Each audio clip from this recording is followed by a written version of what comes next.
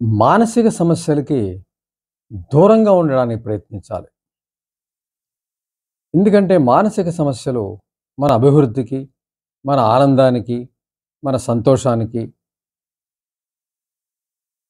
అన్నిటికీ కూడా అడ్డుపడేటువంటి పరిస్థితి ఉంది.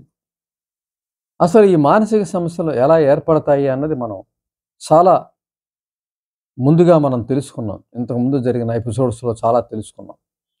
ఇంచేతంటే చాలా వరకు మానసిక సమస్యలు వారసత్వంగా వస్తూ ఉంటాయి. తల్లిదండ్రులకి ఉన్నట్లయితే ఆ మానసిక సమస్యలు పిల్లలకి వస్తూ ఉంటాయి.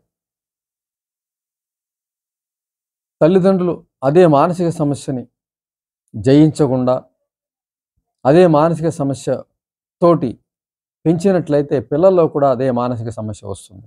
సిగ్గు కానీ, బిడియం గాని, తెలివి తక్కువతనం గాని, మెతకతనం గాని, ఆత్మన్యూనతా భావం గాని, నోరులేనితనం గాని,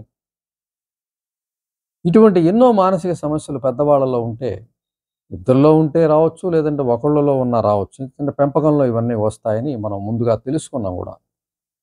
అంచేత ఇటువంటి మానసిక సమస్యలు ఉన్నప్పుడు వాటితో భరిస్తూ జీవించాలని చూడకుండా వాటిని వదులుచుకోవడానికి ప్రయత్నం చేయాలి. అంటే ఇంతవరకు గూడా ఆ మానసిక సమస్యలను గుర్తించని పరిస్థితి ఉంది. అవి వారసత్వంగా వస్తాయని తెలియని పరిస్థితి ఉంది. కాబట్టి అవి ఈ తరం వరకు గూడా ఆహ్, అందరికీ వచ్చేస్తూ ఉన్న పరిస్థితి మనం గమనిస్తాం. ఇప్పుడు కాలేజీ పిల్లల్లో కౌన్సెలింగ్ మనం చేసినప్పుడు వాళ్ళ సమస్యలు మనం లోతుకి వెళ్ళి ఆలోచిస్తే, వాళ్ళు పడుతున్నటువంటి ఆ మానసిక అవస్థకి వాళ్ళ తల్లిదండ్రులు బీజాలు ఉండటం, వాళ్ళ తల్లిదండ్రుల నుంచి రావడం మనం గమనిస్తాం. "ఈ సమస్య నీకున్నది గదా! మీ తల్లికి కూడా ఉన్నదా?" అని అడిగితే, "మా మదర్‌కి కూడా ఈ సమస్య ఉన్నదని" చెప్పడం జరుగుతూ ఉంటుంది. ఒక సమస్య గురించి వాళ్ళొచ్చినప్పుడు, ఆ సమస్య గురించి ప్రస్తావించుకుంటూ వెళ్తే, వాళ్ళ ఇంట్లోనే ఆ సమస్యకి మూల కారణం లభిస్తూ ఉంటుంది. అంచేత మానసిక సమస్యల్ని జయించకుండానే వివాహం చేసుకుని పిల్లల్ని కని పెంచితే ఆ మానసిక సమస్య వారసత్వంగా పంచడం జరుగుతుంది. వాళ్ళు మళ్ళీ పిల్లలు అదే మానసిక సమస్యతో బాధపడుతూ పెరుగుతూ మళ్ళీ వాళ్ళు పంచడం జరుగుతూ ఉంటుంది. అంచేత ఇప్పుడున్నటువంటి ఈ సైకలాజికల్ నాలెడ్జ్ అందుబాటులోకి వచ్చింది కాబట్టి, కౌన్సిలర్ అనే వ్యక్తులు అందుబాటులో ఉన్నారు కాబట్టి, సైకాలజీ బాగా తెలిసింది కాబట్టి, సైకాలజిస్ట్ అనే సమాజంలో ఉన్నాడు కాబట్టి, ఈ మానసిక సమస్యని పెళ్లి చేసుకోబోయే ముందుగానే జయించినట్లయితే, ఒకవేళ ఏ మాటలు, ఏ చేష్టలు వాడితే తమ పిల్లల్లో గూడా అవి వచ్చే అవకాశం ఉంటుందని తెలుసుకోగలిగితే, ఆ సమస్య ఈ జనరేషన్‌తోనో స్టాప్ చేసేయొచ్చు. అంచేత మానసిక సమస్యలకు దూరంగా ఉండడానికి ప్రయత్నం చేయాలి. ముందు కనుగొనాలసలు. ముందు నాకే మానసిక సమస్య ఉన్నది అని కనుగొన్నట్లయితే, దాన్ని జయించడానికి ప్రయత్నించొచ్చు. దానికి సంబంధించి మనకి మార్కెట్‌లో అందుబాటులో పుస్తకాలున్నాయి. వ్యక్తిత్వ వికాస సాహిత్యాన్ని మనం చదివినట్లయితే, మనకి అందులో ఏ సమస్యతో మనం కనెక్ట్ అవుతామో తెలుసుకొని, ఆ సమస్యకు పరిష్కార మార్గాలు ఇవ్వబడతాయి. వాటికి సంబంధించి అవి చేసినట్లయితే, వాటి నుంచి బయటపడొచ్చు. కేవలం మానసిక సమస్యలు లేకుండా చూసుకోవడం, నీ వరకు నువ్వు సుఖంగా ఉండడం కోసం మాత్రమే కూడా కాదు. అవి నువ్వు వారసత్వంగా గూడా ఇవ్వకుండా ఉండాల్సిన బాధ్యత కూడా నీ మీద ఉంది. ఎంచేతంటే నీకు కూడా వారసత్వంగా వచ్చి ఉంటుంది. లేకపోతే బయట నుంచి ఎక్కడి నుంచి రావు, ఎవరు నేర్చుకోరు గదా! ఎక్కడికైనా వెళ్ళి ఏదైనా భాష నేర్చుకుంటాం, ఏదైనా వాయిద్యం నేర్చుకుంటాం, ఏదైనా నటన నేర్చుకుంటాం, సంగీతం నేర్చుకుంటాం. కానీ వెళ్ళి మనం మానసిక సమస్యను ఎక్కడా మనం నేర్చుకోం. అవి ఇంట్లోనే నేర్పబడతాయి. అవి వారసత్వంగా వస్తూ ఉంటాయి. కాబట్టి మానసిక సమస్య లేని చక్కటి కుటుంబాన్ని మనం నిర్మించుకోవాలంటే, ముందు మనలో ఉన్నటువంటి మానసిక సమస్యలను గుర్తించి, వాటిని తొలగించుకునే మార్గాన్ని మనం తెలుసుకోవాలి. అవి సాహిత్యం ద్వారా వాటికి సమాధానం దొరుకుతుంది. ఎవరైనా సైకాలజిస్ట్‌ని సంప్రదిస్తే దానికి సంబంధించినటువంటి సమాధానం వాళ్ళ దగ్గర లభిస్తుంది. ఖచ్చితంగా వాటిని పాటిస్తూ ఉన్నట్లయితే, ఆ మానసిక సమస్యలను తప్పనిసరిగా జయించొచ్చు. చక్కగా మానసిక సమస్య లేని మంచి వాతావరణంలో బిడ్డని పెంచొచ్చు. వాడిని సమగ్రంగా పెంచి చక్కటి వ్యక్తిత్వం గల వ్యక్తిగా మనం రూపుదిద్దవచ్చు. ఆ పరిస్థితి అయితే ఉంది. అంచేత మానసిక సమస్యలకి దూరంగా ఉండాలని మనం నిర్ణయం చేసుకు తీరాల్సిందే. అవి ఎక్కడ తెలుస్తాయన్నది మనం ముందు కూడా చెప్పుకున్నాం గూడా.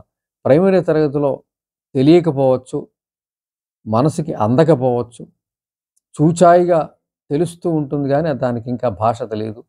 హై స్కూల్కి వచ్చాక కొంత అవగాహన వస్తుంది.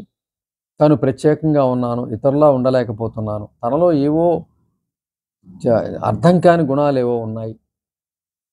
ఇవన్నీ కూడా తెలుస్తూ ఉంటాయి. కొద్దిగా కాలేజీ స్థాయికి వచ్చిన తర్వాత నేను కలవలేకపోతున్నాను, నేను జోవియల్‌గా మాట్లాడలేకపోతున్నాను, నేను తెలివిగా ఉండలేకపోతున్నాను, నాకులో క్లాస్‌లో పాఠాలు అర్థం కావట్లేదు, నేను ఎవరన్నా నిలబెడితే మాట్లాడలేకపోతున్నాను, ఎవరి కళ్ళల్లోకి సూటిగా చూడలేకపోతున్నాను.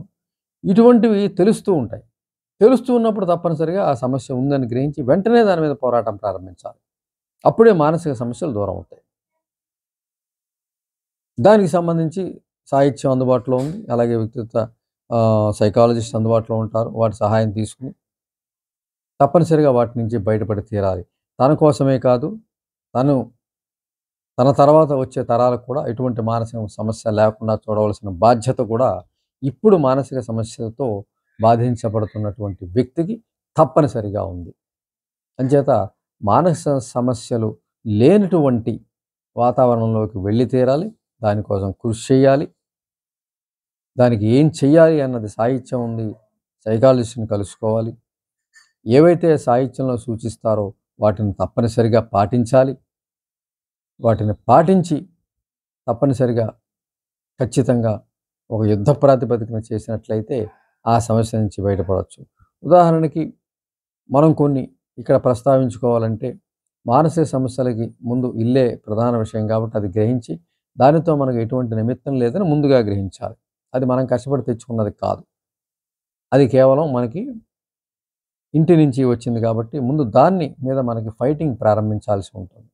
ఫైటింగ్ ప్రారంభించే ముందుగా మనలో ఉన్న ప్రతిభ ఏదన్నా ఉన్నట్లయితే దాన్ని పట్టుకుని మనం కృషి చేసినట్లయితే, దాని మీద ఏకాగ్రత నిలిపినట్లయితే, నిరంతరం 24 గంటలు దానికి సంబంధించిన బిజీలో ఉండగలిగితే, ఎప్పుడైతే మనసు దాని మీద లగ్నత చేశావో, నీ ప్రతిభ మీద లగ్నత ఎప్పుడైతే అటువైపు వెళ్ళిపోయిందో, సమస్య గురించి ఆహ్, అది ఆలోచించడం తగ్గిచ్చేస్తూ ఉంటుంది. అప్పుడు దాని నుంచి సమస్య నుంచి బయటపడొచ్చు. ఇంకా ఏదైనా కొత్త విషయాలు నేర్చుకుంటూ, మెదడుకి సంబంధించిన మేధోశ్రమను చేస్తూ, ఇతరులకి సహకరిస్తూ, ఏదైనా ఒక పనిలో బిజీగా ఉంటూ, నిరంతరం ఇవి చేసినట్లయితే తప్పనిసరిగా మానసిక సమస్యలకి దూరంగా ఉండొచ్చు, సంతోషంగా ఉండొచ్చు.